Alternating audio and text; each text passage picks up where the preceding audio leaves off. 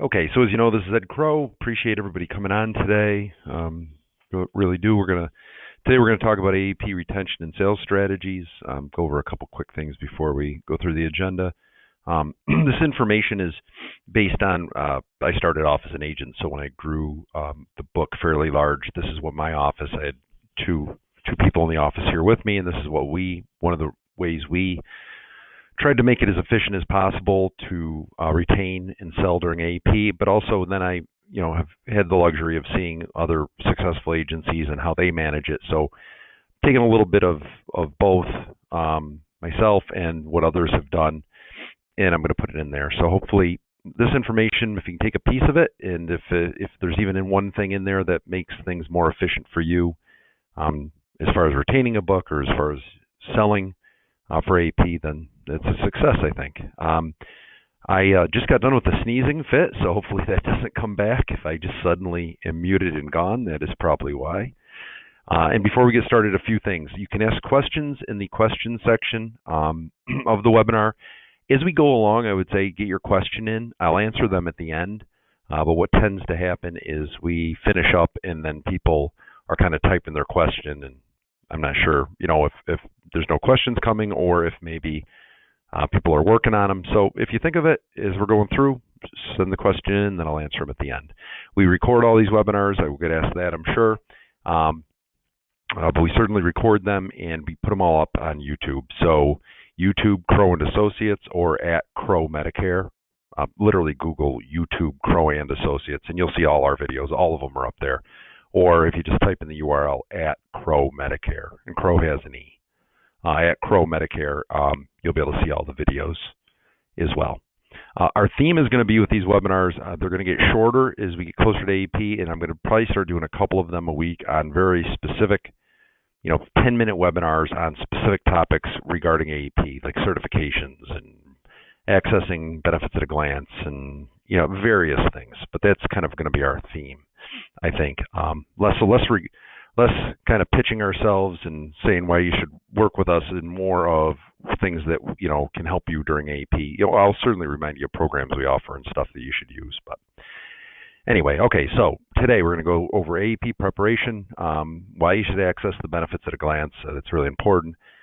Pulling current client lists, scripts to call clients. We'll talk about that strategy. With retention, meetings, phone calls versus letters versus texts, that kind of thing.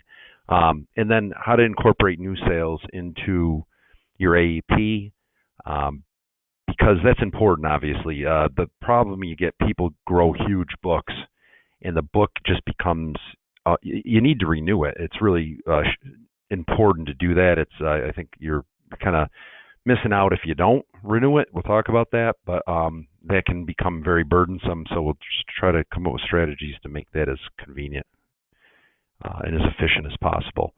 We're going to start off by taking a quick look at the 2024 commissions. I've sent these out. I know they're all over the place, but just, so we're on the same page, because obviously that part's important. So here are the commissions. It's the history of them. As you can see, they're broken into brackets. The brackets never change. You have PDPs with the same commission throughout the country, and then you've got the three brackets. So California and New Jersey, which is always the most, PACT and DC, second most, and then every other state falls into the national rate. What's important about this is you can see it goes up every year. So when you retain your book of business, you're getting a raise every year by retaining that book. And as you can see, there's the new amounts and the renewal amounts. So somebody, for example, in New York who's in the national rate bucket, it's going up to 306, Connecticut 345, and the renewal in California and New Jersey is 381. So just important to keep that in mind. In the PDP is there as well, 150. So that's gone up as well. I've had a lot of people join since I started rambling here. If you have questions, shoot them into the question section, and I will answer them at the end for you. Okay, so maintaining the book. Is it important to maintain your current book of business? The answer is yes, and people will maybe disagree to certain degrees, but it is important to maintain your own and retain your book as much as humanly possible. Certainly you're going to have attrition. Unfortunately, people pass away, things like that, but if you lose people just simply because you're not contacting them, then it's just revenue lost. So think of it this way. We have a lot of agents and agencies that focus every AEP on just writing new business. And you'll hear me even say to you, hey, how many new apps are you getting me this year? Well, the reason is because the carriers and the uplines, the way we're judged is by how many new sales we bring in. So you gotta kind of take it with a grain of salt when I'm really asking you about how many new pieces of business did you bring in. I want you to bring in more business, of course, but for you specifically, it's just as important for you as the agent or agency to retain your book versus where I will kind of push for new sales and ask for it. But in the back of my mind, I know, well, they've got to maintain their book as well. So I'm being a hypocrite, I guess, is what I'm saying. So take it with a grain of salt. Keep in mind your average acquisition cost for an agent to get an MA plan or a supplement is about $150 a case. So, and also it takes time to write those new cases. So if you're focusing on new sales and not retaining your book, you're having existing cases fall off the books. You're losing that renewal, and that case is already on the books. It takes very little time to retain it. And you're spending money and time bringing new ones in. So kind of do the math in your head and think about it. It doesn't make a lot of sense. You really got to focus on your book as well. Writing new business, but focusing on your book. So renewals are guaranteed revenue. They take less work, so keep them on the books. If you're not reaching out to the existing book, you're going to suffer more attrition than you should. The attrition, and this number is low, will be at least 15% higher than those who have contacted their book prior to AEP and at least one time during the year. 15%, if you think about that, you might think that's not a lot, but if you have a big book and you're losing an extra 15% of it every year, it is a lot. I mean, it's a lot of money. So think about the person who has 300 MA clients and they don't reach out and retain them. They lose that extra 15% of attrition. It's usually higher than that even. It's an roughly extra $15,000 of revenue lost, of recurring revenue. So I think you get my point, but retaining the book is important. So what are the most efficient AEP retention efforts? Well, I'm going to mention a few. Certainly there are others. I'm not proclaiming to know them all, but so mailers and texts, we get a lot of that. We mail our clients, we text our clients. They're fine. They are not as efficient as a phone call. I would say mailers are the least efficient. I'm not saying you shouldn't do them, but they're the least efficient method. Texts are second best, and then phone calls are the best. And we have a lot of metrics from agencies to back that up. Clients get a ton of mail during AEP and prior to AEP, so I know they know you and you're dropping your mailer, but there's a good chance your AEP retention mailer is going to get lost in the mail. Texts are more efficient than emails for sure. Texts are more efficient than mail. So if you can text, that's great, but phone calls should not, texts and mail and emails should not replace phone calls. So phone calls and texts are best. Phone calls should always happen. So if you're going to commit to calling or having calls made to your clients, you should sort the clients by plan type. So you sort all your clients by each specific plan type they're on. If you want to do it by carrier, because maybe a carrier has 3 MA plans in a given area, then you can do it that way. But sorting is important. Access the benefits at a glance so you can give yourself a good idea of what the benefits are going to look like going into the new year. Later on, we will get the full summaries, but the benefits at a glance give you a pretty good idea of what's going on with the plan and a pretty good idea of what everybody else is offering, and thus allows you to make a strategy for these calls you're going to make or texts you're going to send out, or hopefully both. Use the PFS website to access the benefits at a glance. So it's pfsinsurance.com. You will need username and password to log in. If you don't have one, just call us or email us. So pfsinsurance.com. On the web, once you're on the home page of the site, click on the AEP toolkit. So you go on the site, a little ways down, you don't have to really scroll to see it. It'll be a button that says AEP toolkit. You click on that, scroll down, and you'll see as the benefits at a glance become available by carrier, you will see them. You will need a password. The carriers require that. You'll need a password to access the benefits at a glance. Again, call us, email us. We can provide that to you. So you can look at the benefits at a glance, get an idea of, is the plan having good changes, bad changes? What do other plans in the area look like? And you can use that to create a simple script. And the phone script should be simple, and it should be specific to the product they're on. That's why you wanted to sort your client list by the product they have. And you would call them and give them a quick update. If they're in a plan that still looks strong and looks pretty good compared to competitors, it's okay if they don't make a change. You can say to them, hey, your plan really didn't have any negative changes. It's still very competitive. How did it go with it this year? And they say it went well. Okay, well then if you want, you can just let it renew and you can go with it for another year. There's nothing wrong with that, certainly. And if the quicker you can move on and they're happy, the better it is for you because you can move on to the next one. So again, clients that want to stay as is, great, better for the agent. If you work hard to move them, it's just a revenue neutral move. I mean, if they stay on the current plan, great. Remember, renewals, when the renewal amount, CMS Max renewal goes up every year, the carriers adjust the renewals that you have on the books to match that CMS Max renewal. So by moving them to something else, you move them if you have to, but if you're just moving them to move them, overall, you're not really giving yourself any more revenue. It's just a revenue, it's just time and revenue neutral. So you can make them aware that their plan looks competitive, but you always give them the option. You always say to them, look, your plan looks good, it's competitive with the other plans. If it's worked well with you, you can just stay on it. Certainly, if you want, we can look at other options. So you always want to give them the option and remind them that you work with multiple plans, and give them choices. But in a way, you can kind of push them in the direction of, ease them in the direction of, if things are working, stay where you are. Let's say their plan had negative changes or is no longer as competitive. Well, then you let them know what those changes are and let them know there's other plans in the area. And if they want, they can look at those. You can show them those plans. But what I would focus on is let them make that decision. What I see all the time is maybe a plan has some slightly negative changes and another plan comes out that's a little better. And let's be honest, these Advantage plans, in many cases, they're very similar. The differences in benefits are something that we notice, but a client may not even really care.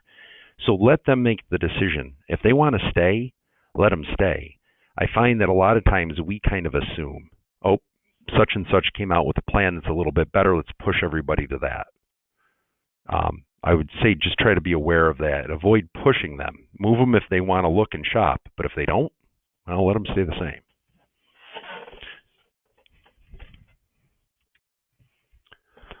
Okay, so the script should be simple enough that you or anyone else could make the calls.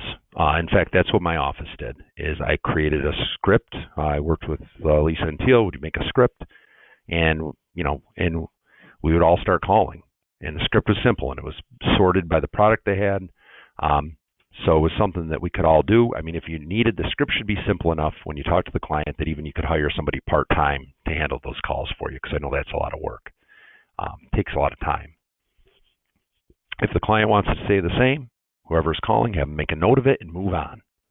What if they want to shop the plan? So you give them the quick script saying, hey, you're such and such, your Aetna plan looks pretty competitive.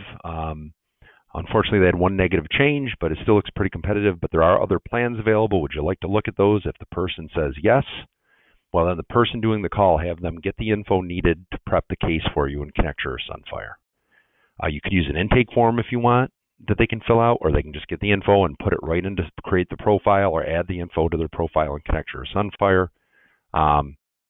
and enter their drug information as well. The whole point is they can, on the call, if the person wants to shop, they can get it all prepped for you as the agent, the person who's appointed. So when you talk to them, they can schedule a call for you. When you talk to them, you got it all in there. You can look at it. You can have a quick conversation with them and find the right plan and move them into the right plan. So that's how we handled renewals in my office. Other agencies, what I see them do is, and it's often used by agencies with pretty large books, is they'll have meetings for existing clients, and they break it up by carrier. And the carriers will often help them with the cost of this. I know some agents in some states, they'll have 15 existing client meetings for one carrier because they have a lot of clients. Carriers help with the cost.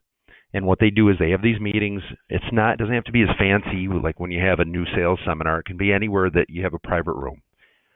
They will have these existing client meetings. They'll go over the benefit changes of the plans, and they will encourage them to bring a guest.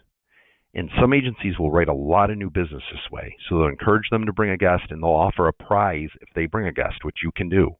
Prize has got to be less than $15. But you really can push them, make calls to them, send out mailers to them. If you want to do that in addition to the calls, text saying, "Going to have this benefit meeting. We're going to review your plan and bring a guest. If you do, you win a prize," kind of thing. It's a great way to get new business. I see it done very successfully. And what you would do at the meeting is just go over the notable plan changes and really use that as an opportunity to pitch yourself and your services at that meeting. And again, like I said, carriers usually are pretty happy to help fund those meetings because it's helping them retain clients. So I spoke over my slide a little. I tend to do that a lot. Again, the location doesn't have to be fancy. It's not as important as a new client like our T65 seminar or an AEP meeting. Separate room or location with a room. Parking is important. You got to make sure they have access to decent parking. If you're going to do this meeting, if you do it on an educational basis, which is kind of hard for these, that was actually kind of a mistake in my slide. If you're talking plan-specific benefits, you got to do it as a sales meeting, so disregard that piece. So probably in this case, contrary to what I wrote here, you just have snacks and refreshments. Because again, if you're talking specific benefits, it's a sales meeting. So you would file this as a sales meeting and have snacks and refreshments. Talk to the carrier broker managers about other ideas with these meetings. Most likely, they have other agencies that have been doing these meetings for a long time and have some best practices you can copy. And it's also a good opportunity when you're talking to the broker manager to talk to them about helping out with cost. Maybe they've got some money available for marketing for new clients. The more you talk to your broker managers for a given carrier, the better. Referrals are big in our business. Even myself, I got lazy when I got far along and built the book up big and kind of quieted down on asking for referrals, but it doesn't have to be cheesy. You just have a comfortable pitch. Mine was, hey, I like doing this business. I would kind of say that this is my thing. I've been doing it this many years. And anybody you know that would want to talk about this, as you can see, I'm not pushy. Anybody you know that would want to talk about this or would need some help, I'd be happy to help to talk to them. And if you don't give a referral gift, you should.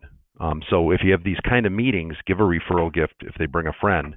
But just in general, you should give a referral gift. Anytime you get referred a client, if it's a real referral, whether you close them or not, send that referring person a gift. It's got to be less than $15. Okay. All right. As far as new business, T65 educational seminars. Last year, going into AEP last year, I told people I'm not so sure how well they would do. I was wrong. Luckily, I had agents that didn't listen to me. That's always good. And they did the seminars anyway, and lo and behold, they worked fine. They had good attendance. It was a slight downtick in attendance, but they ran their T65 seminars right through AEP, assuming they had time to do so, and they still got attendance and they still worked. AEP educational meetings will work. You can provide a meal for those, just like the educational seminars. AEP educational meetings, you can provide a meal, so it's not T65. It's just a general AEP educational meeting. If you do it educationally, you will get much better attendance. It's because it's educational, so they feel like they're not going to get pitched as much, and also because you can provide a meal. So we did a lot. We had a lot of agents and agencies do AEP meetings, and they had very good attendance for those. Some carriers will help with the cost for AEP meetings, but oftentimes the carriers want it to be a sales event. Our experience has been if you can't provide a meal and if it's advertised as a sales event, your attendance will suffer greatly. Not a little bit, a lot. That was our experience overwhelmingly last year. And we did that throughout the country and saw the same trend. Okay, I just, again, talked over my slides, so I think it's the lack of meal that hurts it, and also I think because it's advertised as sales, that hurts it too. Educational seems to pull a lot better during AEP. Mailers during AEP, I don't recommend them anymore. Remember how much mail people are getting in their mailbox during AEP. A lot.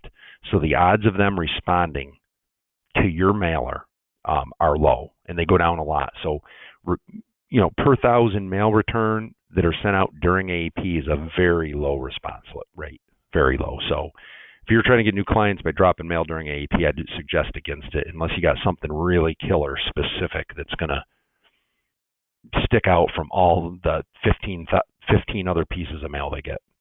Online leads work really well during AEP because there's great volume of them available. They're readily available. You can usually get a pretty low price point. The one thing I would say is if you have not worked online leads, it's not something you want to just do out of the blue. You want to be ready to work them. Call us, talk to us. You got to do some planning for online leads, but you can get a lot of them during AEP, and usually you can get them pretty cheap. I know companies like NextGen do shared leads for like $3 or $4 or $5 during AEP. Got to decide if you're buying shared or exclusive leads. Obviously, shared ones are going to be much cheaper, and usually return on investment, cost per acquisition is better on the shared, believe it or not, just because the price is so much lower. And exclusives are never really exclusive. I mean, that person who went on and that lead's only being sent to you, they probably went on one or two other websites as well. So my experience with people who sell online leads, and we have a lot of those, is that shareds ultimately have a better, lower cost per acquisition. Shared price point should be $4 to $8, depending on the company you talk about. That's per lead. And again, you got to be set up to do online leads before you venture into them. You're competing on a shared lead with 5 or 6 other agents. You got to be really quick. Like the second it comes in, literally the second it comes in, you got to be reaching out to them. Inbound call leads. There's a million vendors now that are trying to do inbound call leads. Obviously, they're a much higher price point. They work. They are inbound calls coming to you. Much higher price point. You've got to work through and find a carrier that is giving you decent leads. And you got to be good on the phone. And you got to be ready to enroll them over the phone on Sunfire or Connecture. You really do. Because I get some people that try to use inbound call leads to make an appointment and sell, and usually they're not the best kind of lead to make an appointment with. Those are phone leads. There's leads you want to be set up to close over the phone. Obviously, we got the retail topic. Walmart. It looks like they're still in limbo. With Walmart, Walmart's taking bids from their own organization plus others to see who's going to be administering the Walmart program still for this year. And it doesn't look good. I would talk offline, but there's kind of 2 people competing now for that. Either Direct Health, which is Humana, to retain the Walmarts, or another organization. And either way, we're probably not going to have access to many Walmarts. Talk to broker managers for the carriers and see what locations they can get you into in the absence of Walmart. And I think you should probably start making that plan and some strategy if you are a retail person, because there's a good chance you won't be able to be in your Walmart this year. Whatever location they have for you, remember foot traffic's important. Relationship with the manager and the employees maybe is even more important. And if you're going to work a store and you haven't before, just know going in, you got to put the hours in. There's just no way around it. The people I know that work retail, they're in a good 40 hours a week, sometimes a lot more than that. But it's not one of those things usually where you can just pop in for like an hour once in a while and have it work. You got to commit to it. Other venues, people ask a lot about like what other kind of places. Well, it's really anywhere seniors go. And you can get creative in thinking about that. Like food pantries are a big one for duals. Senior housing, dollar stores, flea markets. Anywhere that seniors tend to congregate and go, it can be a good venue. If the broker managers can't get you in, you could old school try to go and get yourself in. That happens a lot. I have a lot of agents that get into doctor's offices, grocery stores, and they've created those relationships themselves. Referrals from other organizations during AEP can be huge. Remember, as an agent, you can pay a $100 referral fee to another professional. That could be anything. It could be not just somebody with an insurance license. It could be a P&C agent or agency, ACA agents, group health agents, accountants, attorneys. Regardless, if you can find somebody who will refer you business consistently, and I'll tell you, a big P&C agency, they got a lot of Medicare prospects. If they'll refer agents to you, pay them the $100 and keep paying it to them. That's the best lead you'll ever get. For $100, it's an easy close. It's cheaper. The acquisition cost is good, and it's well worth the $100. So the key thing is to pay it to them. Don't make them chase it for you, or don't make them chase you for it. Because if you forget to pay them, and this happens way more than you would think, if you forget to pay them and they got to go chasing you for the money or reminding you, they're probably not going to keep referring your business. So my overall thoughts on buying leads during AEP, none of them are easy. I mean, I get people all the time saying, "Hey, what are the good leads?" Well, it's kind of subjective, but I haven't found many easy ones. Referrals are the good leads, or getting referrals from other organizations. I think face-to-face on seminars or benefit meetings that we were talking about earlier are a natural market. If you don't have one, try to find one, because buying leads works, but it's a grind. It's a grind. So the goal for you is to get a book that is big enough where you can really work the referrals by reminding them, giving them referral gifts, where that book will start to refer business. I don't sell new anymore, but I can tell you my book has grown, and I don't do any marketing, so I don't want to be competitive with my own agents and agencies. So I don't go out there at all anymore. I don't market at all, but my book's actually grown just from internal referrals. So somebody who relies strictly on purchasing leads to grow their book always, that's going to be difficult, and it's going to, over time, it's a grind. So try to, once you start building a book, cultivate that book and get referrals from it. We got to remember, Medicare is a marketing business at the end of the day. You need to know the plans, you got to know the rules, but the people that succeed in Medicare are the ones that know how to market, and they're people that are very creative and clever with marketing, and they're good at it in whatever manner they're doing it. But I get all the time people will say, well, when I get in front of a Medicare prospect, I close them. And sometimes I don't say it quite so bluntly, but I want to say, yeah, of course you do. Everybody does. But the trick is getting in front of enough people. So really think of it that way. Medicare is not an emotional sale. It's simply a marketing business. Final thoughts, use our lead program. We have a lead program. If you have your contracts with us for Medicare, it's $500 a month. In addition to that, utilize marketing money from agent managers. A lot of them have access to it. They'll give it to the people they trust and like and know will sell business for them. And get money from Crowe and Pinnacle. We get money from the carriers prior to every AEP, sometimes even during the year.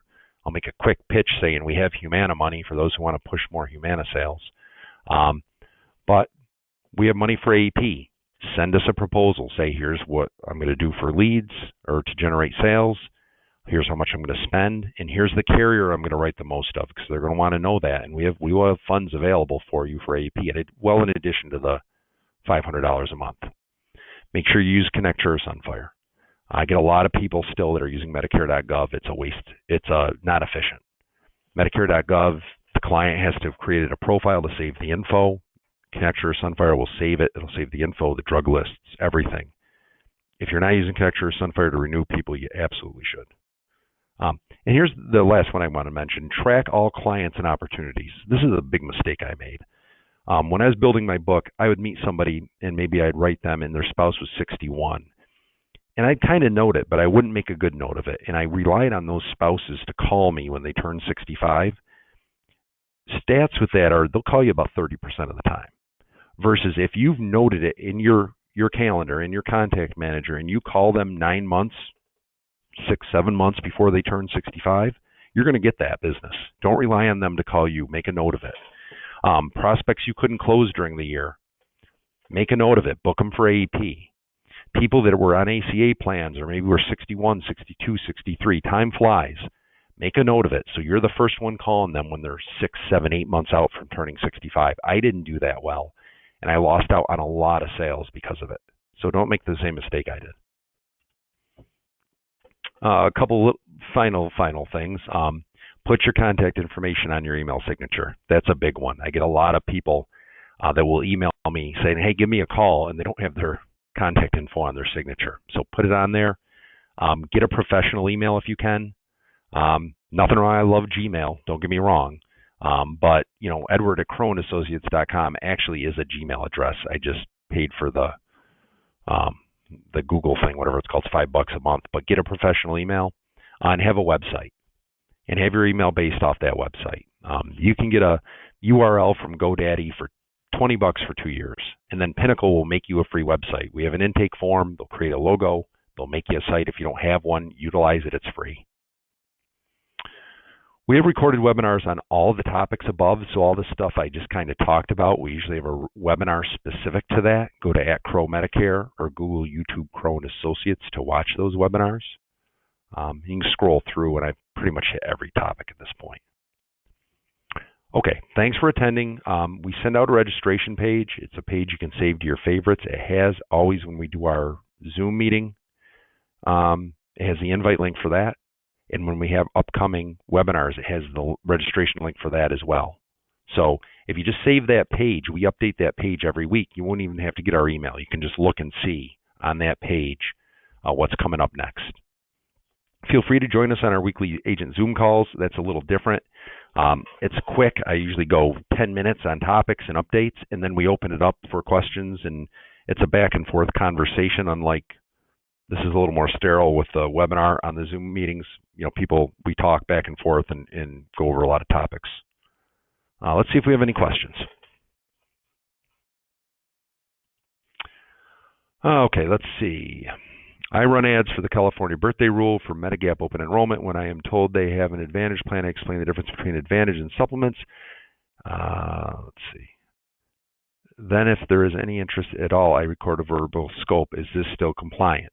Yes, it is compliant. So if you run ads, but there's an important piece to this. If you run ads for the Medigap birthday rule, you are not supposed to then call them, unless they're calling. If they're calling you, but it's an ad for a birthday rule, then you can talk because it's inbound call, they called you. But if you're running ads and calling them, you can't call them for a supplement and then launch into an Advantage plan.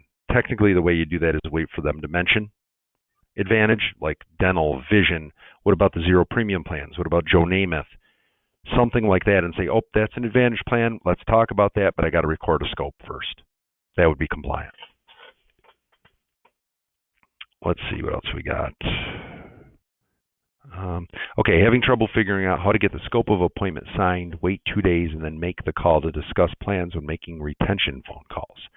Any retention phone call is marketing if you are discussing changes. Correct? Any ideas? Yes. So, yeah, that is correct. So the rules, remember, for the 48-hour scope are now, there are a few exceptions to it. If it's an inbound call, then it can be a same-time scope, so if they called you. If it's a walk-in, it can be a same-time scope. So there are some exceptions. So inbound call or walk-in, or at the end of an enrollment period, and they have classified now that is 4 days. So if you're within 4 days of the end of any enrollment period, then it's same-time scope. But yes, with existing clients, if you're going by the rules, yeah, it's hard because you're calling an existing client. What I would do is call them, get the scope right away, the verbal scope right away, and then unfortunately, if you're going by the rules, you got to wait 2 days and then do the app. But you're not missing anything with that question. Yeah, you kind of got the gist of it. Let's see if we have any other questions. Looks like that's it. Okay. Well, certainly if there's any others, you can email me, call me. I'd be happy to discuss it with you. We renewed a large book of business in my office for a long time. I've got other agencies that have renewed large books for a long time. So hopefully you can take a couple of these ideas and they'll help. One more question. What's the best way to do a table at a doctor's office? The best way to do it is to get in there in the first place. If you can get into a doctor's office and get a table, that's great. What I would suggest is, if you can, have a conversation with that doctor's office, see what Advantage plans they accept, see what ones they like working with the most, get them on your side. So see what Advantage plans they accept, what ones they like working with the most, and try to be on the same page as them.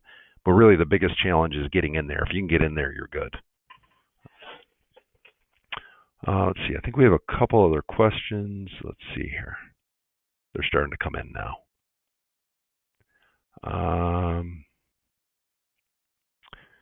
Somebody's asking regarding representing X number of organizations, which offer X number of plans in your area. Can you use the same numbers regardless of which area you call, or must you have details for every different area? And how can you calculate these numbers? Yeah, remember, you can use a general disclaimer too. To answer your question, I think you can keep it generic as long as you're saying the statement and saying at the end, I don't represent every plan. If you do that part, you should be covered.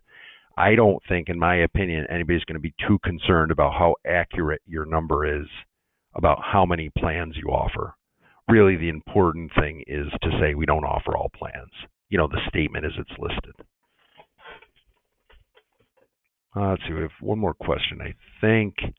No, it was the same one. So I think that's all we have. Looks like that's it. If there's any other questions that you're typing right now that I missed, just give us a call or send us an email. Other than that, I appreciate you coming on today.